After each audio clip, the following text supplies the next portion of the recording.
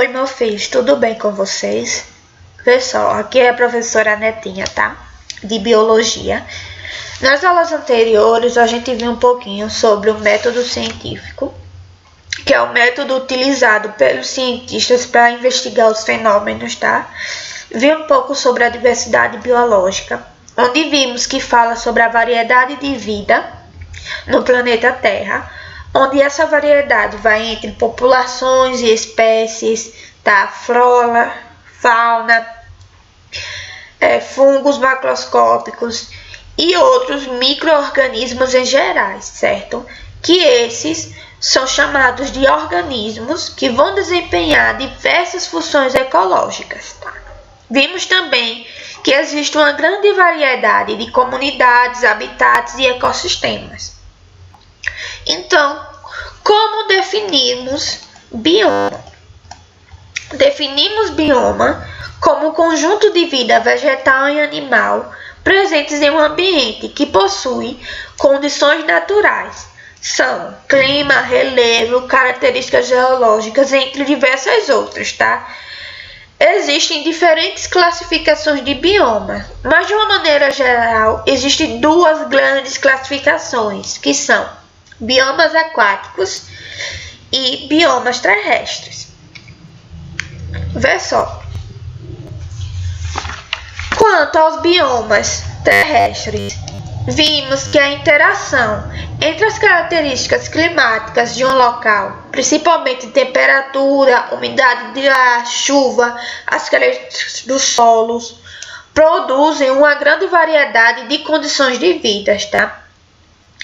Que propicia a existência de inúmeros seres vivos e diversas interações ecológicas em cada um dos biomas terrestres.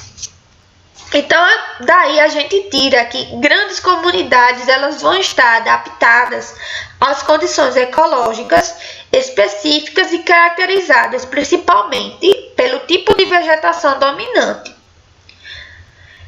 Na geografia, a gente vê que a latitude influencia no clima, desde os polos ao Equador, ou seja, das regiões mais frias para as regiões mais quentes. Então, a gente observa que também podemos encontrar diferentes tipos de biomas aí, tá? Com fauna e flora adaptadas às condições climáticas de cada região. A gente vê também que a temperatura vai diminuir de acordo com a altitude. Então, por isso, a gente pode encontrar seres típicos de regiões frias em áreas de grande altitude, mesmo que esteja próximo ao Equador. O tipo de plantas e animais característicos de cada bioma, eles vão ser influenciados pelo tipo de solo, pelo fator climático e principalmente pela quantidade de chuva e a temperatura média anual. Os principais biomas terrestres são a tundra, a taiga, tá? As florestas temperadas, as florestas tropicais, os campos e os desertos. Eu vou definir para vocês um pouquinho do que é a tundra, tá? Tundra é uma planície sem árvore que está presente ao redor do Polo Norte, tá? É um bioma de temperaturas menores.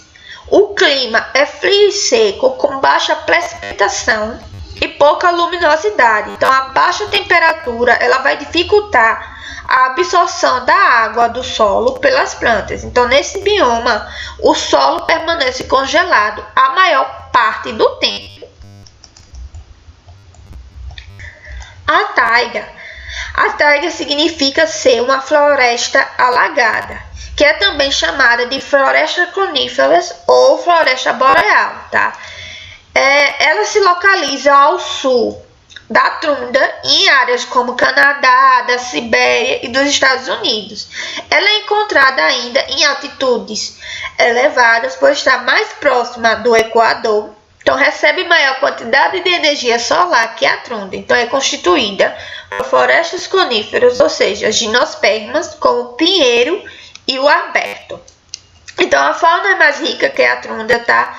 Com insetos, muitos mosquitos e diversos tipos de animais.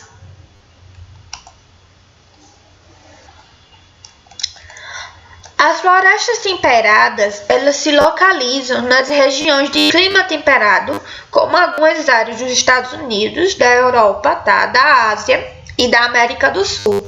E tem as 4 estações do ano bem definidas. Então, a maioria das florestas temperadas, elas são caracterizadas pela perda das folhas das árvores do fim do outono, o que vai reduzir a perda de água no inverno, tá certo? Entre os animais, existem vários invertebrados nessa floresta, nesse tipo de floresta, tá certo?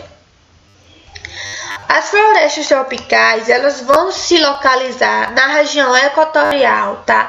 E na América Central, no norte e no leste da América do Sul, tá? Nessas regiões, o clima é quente e úmido, com temperatura relativamente constante, tá? E chuvas frequentes e abundantes. A floresta amazônica no norte da América do Sul é a maior floresta tropical do mundo, tá? A gente vai conhecer quando a gente trabalhar os biomas brasileiros. Os campos, eles se localizam entre o deserto e a floresta em regiões tropicais e temperadas, tá? Que recebem uma quantidade de chuva intermediária. Isso dificulta o desenvolvimento de árvores de grande porte e facilita o surgimento de plantas pequenas como gramíneas, tá? Nos campos das regiões tropicais tem a savana na África e na Austrália, tá? E o cerrado na região centro-oeste brasileiro, que será estudado melhor adiante, certo? Vamos lá, em relação ao deserto. Em geral, os desertos eles vão estar situados em torno de 30 graus de latitude ao norte e ao sul do Equador, onde o ar que chega à superfície terrestre ele é muito seco. Então, existem desertos em regiões da África, da Ásia, dos Estados Unidos e do México, que as chuvas são raras, com precipitação anual baixa. Então, o clima é seco e o solo é árido. Então, nos desertos quentes, o dia chega a ter uma temperatura acima de 40 graus.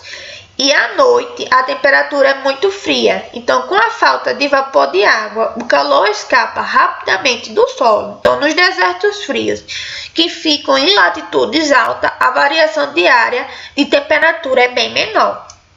Então, com isso, a gente fecha o estudo sobre os principais biomas mundiais. Na próxima aula, a gente vai ver um pouquinho sobre os biomas brasileiros, tá certo? Então, até a próxima!